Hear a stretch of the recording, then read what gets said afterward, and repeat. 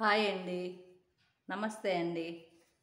ఈరోజు దీపంలో నవగ్రహాలు ఉంటాయి. ఆ దీపంలో నవగ్రహాల గురించి చెప్పుకుందాం.